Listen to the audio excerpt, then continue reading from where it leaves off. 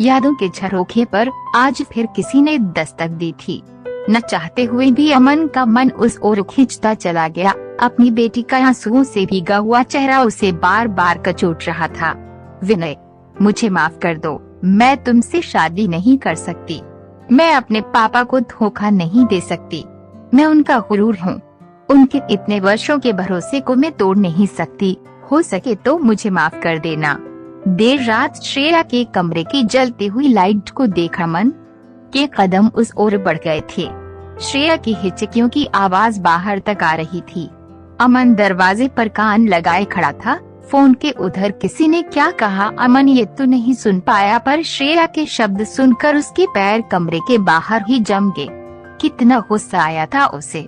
पिताजी के खिलाफ जाकर उसने श्रेया का क्वेट कॉलेज में दाखिला कराया था और वो आग और भूसे को एक साथ नहीं रखा जाता। वैसे भी इसे दूसरे घर जाना है।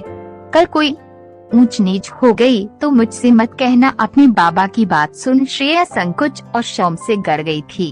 तब अमन ने कितने विश्वास के साथ कहा था, पिताजी, मुझे श्रेया पर पूरा भरोसा है।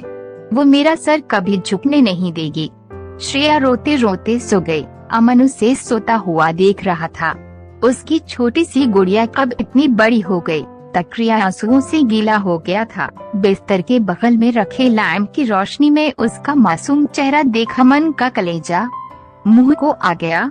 कितना थका सा लग रहा था उसका चेहरा, मानो वो मीलों का सफर तय करके आई हो। आंसू की चंद बूंदें उसके गालों पर भी ढुलक आई थीं। कितनी मासूम लग रही थी वो। उसकी श्रेया किसी लड़के के चक्कर में। अभी उसने दुनिया ही कहाँ देखी है। ये आजकल के लड़के बाप के पैसों से घुमाएंगे, फिर आएंगे और फिर छोड़ देंगे। श्रेया के मासूम चेहरे को देखा मन को किसी की याद आ गई। सच मानो तो इतने वर्षों के बाद भी वो उस चेहरे को भूल नहीं पाया था। भी उसे लगा आज किसी ने उसे 25 साल पीछे लाकर खड़ा कर दिया हो। न जाने कितनी ही रातें उसने उसके ख्यालों में बिता दी थीं। उसके जाने से कुछ नहीं बदला था। रात भी आई थी, चांद भी आया था, पर बस नींद नहीं आई थी। कितनी बार, हाँ न जाने कितनी ही बार वो नींद से जागकर उठ जाता। तब एक बात दिमाग में आती, जब ख्याल और मन में घुमड़ते अनगिनत सवाल और बवाल करने लगे तब तुम आ जाओ। तुम्हारा वो सवाल जुनून बन जाएगा और बवाल जीवन का सुकून। आज सोचता हूँ तो हंसी आती है। बावरा ही तो था वो। बावरे से मन की ये न जाने कितनी बावरे सी बातें थी। कोई रात ऐसी नहीं थी जब वो साथ नहीं होती। हाँ, ये बात अलग थी, वो साथ होकर भी साथ नहीं होती थी। अमन को कभी कभी लगता उसके बिना तो रात में भी रात न होती। शायद इसी को इश्क कहते हैं। इतने साल बीत जाने पर भी वो उसको माफ नहीं कर पाया था। सच कहा है किसी ने, मन से ज्यादा उपजाऊ जगह कोई नहीं होती, क्योंकि वहाँ जो कुछ भी बोया जाए उगता जरूर है, चाहे वह विचार हो, नफरत हो या प्यार हो। कुछ ख्वाहिशें बारिश की बूंदों की तरह होती हैं, जिन्हें पाने की जीवन भर चाहत होती है। उस चाहत को पाने में हथेलियां तो बिक जाती हैं, पर हाथ हमेशा खाली रहते हैं। उसका प्यार इतना कमजोर था कि वो हिम्मत नहीं कर पाई। बस कुछ सालों की ही तो बात थी, बस कुछ साल। कैसी लग रही हूँ मैं, खुशी ने मुस्कुराते हुए अमन से पूछा था। अमन उसके चेहरे में खो सा गया था। लाल सुर्ख जोड़े और मेहंदी लगे हाथों में वो और भी खूबसूरत लग रही थी। वह उसे एकटक देखता रहा और सोचता रहा, मेरा चांद किसी और की छत पर चमकने को तैयार था। तुम हमेशा की तरह खूबसूरत, बहुत खूबसूरत लग रही हो। सच में, क्या तुम्हें मेरी बात पर भरोसा नहीं? कोई गवाह चाहिए तुम्हें? अमन की आंखों में न जाने कितने सवाल तैर रहे थे, ऐसे सवाल जिनका जवाब उसके पास नहीं था। खुशी ने अचकचाकर अपनी आंखें फेर ली और भरसक हंसने का प्रयास करने लगी। अमन उस मासूम हंसी को कभी नहीं भूल सकता था। न जाने क्या सोचकर वो एकदम से चुप हो गया। उस समय वो दोनों कमरे में अकेले थे। बारात आने वाली थी। सब तैयारी में इधर उधर दौड़ भाग रहे थे। कमरे में एक अजीब सा सन्नाटा पसरा हुआ था, ऐसा सन्नाटा जिसको तोड़ने की हिम्मत न अमन की थी और न ही खुशी की। शायद बारात आ गई थी। भीड़ का शोर बढ़ता जा रहा और खुशी के चेहरे पर बेचैनी भी। वो तेजी से अपनी उंगलियों में दुपट्टे को लपेटती और फिर ढीला छोड़ देती। कुछ था जो उसके हाथों से छूटने जा रहा था, पर खुशी सोच रही थी माथे का सिंदूर रिश्ते की निशानी हो सकती है, पर क्या प्यार की भी? तब खुशी ने ही बोलना शुरू किया, अमन, शायद तुम्हें मुझसे, अपने जीवन से शिकायत हो। शायद तुम्हें लगे भगवान ने हमारा साथ नहीं दिया, पर एक बार खिड़की से बाहर उन चेहरों को देखो जो मेरी खुशी के लिए कितने दिनों से दौड़ भाग रहे हैं। मेरे पापा से मिलकर देखो। खुशी उनकी आंखों से बार बार छलक आ रही है, और मेरी माँ, वो मेरी बलाएं लेती नहीं थक रही। क्या अगर आज हमने उनकी मर्जी के खिलाफ जाकर चुपचाप शादी कर ली होती, इतने लोगों को दुख पहुंचा करके हमने जीवन की शुरुआत कर पाते? तुम्हें शायद मेरी बातें आज ना समझ में आए, पर एक ना एक दिन तुम्हें लगेगा कि मैं गलत नहीं थी। हो सके तो मुझे भूल जाना। भूल जाना कितना आसानी से कह दिया था खुशी ने, पर क्या ये इतना आसान था? अमन मुस्कुरा कर रह गया। उसकी मुस्कुराहट में खुशी को न पा पाने का गम, अपने बेरोजगार होने की मजबूरी बार बार साल रही थी। आज खुशी जिन लोगों का दिल रखने की कोशिश कर रही थी, क्या किसी ने उसका दिल रखने की कोशिश की थी? खुशी की बहनें जयमाल के लिए खुशी को लेकर चली गईं। अमन काफी देर तक उस स्थान को देखता रहा जहां खुशी बैठी थी। उसकी वजूद की खुशबू वो अभी तक महसूस कर रहा था। खुशी सिर्फ उसके जीवन से नहीं जा रही थी, उसके साथ उसकी खुशियाँ, उसके होने का मकसद को भी लेकर चली गई। वो तेजी से उठा और भीड़ में गुम हो गया।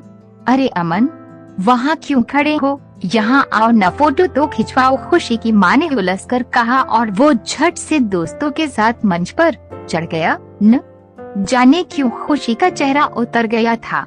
एक अजीब सा तनाव और गुस्सा अमन के चेहरे पर था, जैसे किसी बच्चे से उसका पसंदीदा खिलौना छीन लिया गया हो।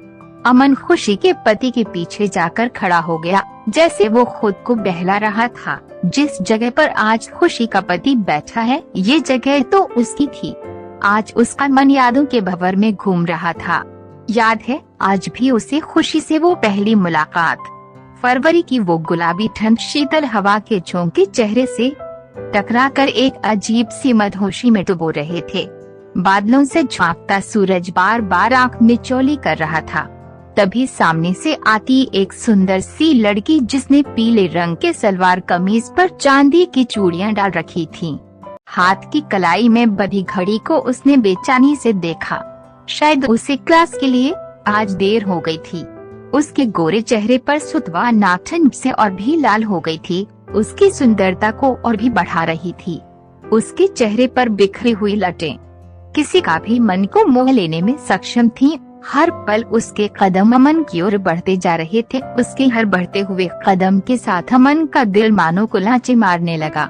सांसें थम सी गई थीं, चेहरा घबराहट से लाल हो गया था।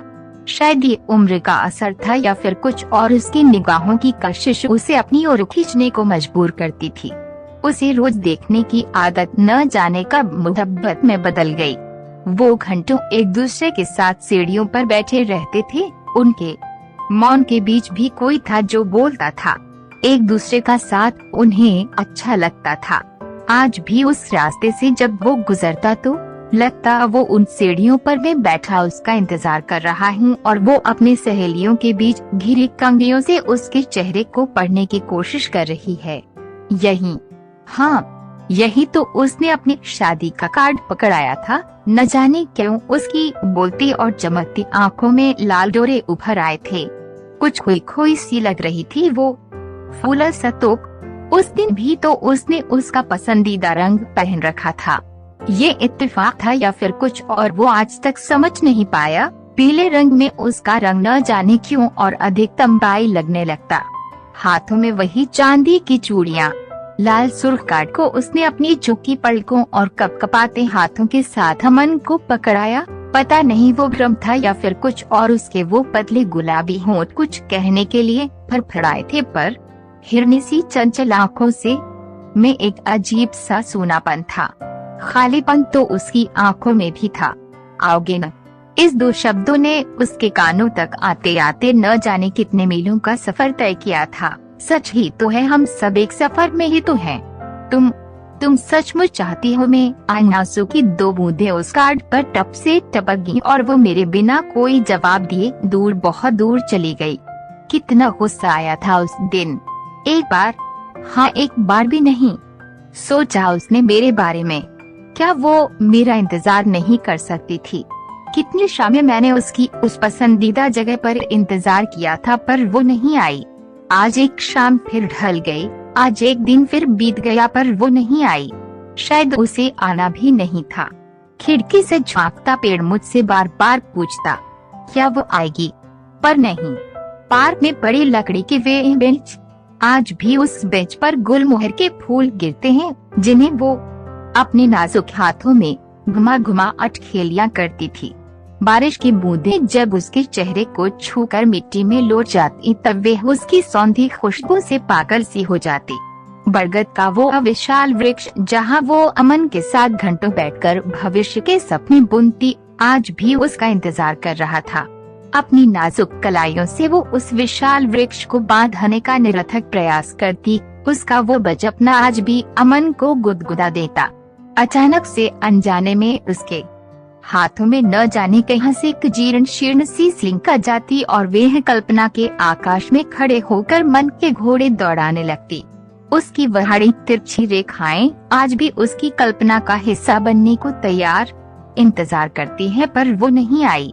शायद उसे आना भी नहीं था। अमन अक्सर सोचता, अच्छा तुम उस दिन तो आओगी जिस दिन हर कोई आकर एक फूल और चंद आंसू मेरे फोटो फ्रेम के आगे रख जाएगा। अमन सोच रहा था, शब्द और सोच इंसानी दूरियां बढ़ा देते हैं।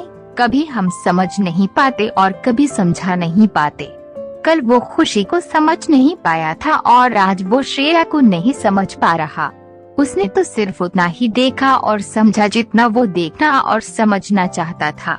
जिंदगी भर उसे खुशी से शिकायतें रहीं, पर एक बार भी उसने ये सोचा कि खुशी को भी तो उससे शिकायतें हो सकती हैं। वो भी तो उसके पिता से मिलकर उन्हें समझा सकता था। खुशी का दिया जख्म से आज तक टीस देता था, पर आज श्रेया के प्यार के बारे में जानकर भी वो कुछ नहीं करेगा। क्या उस नए जख्म को बर्दाश्त कर पाएगा?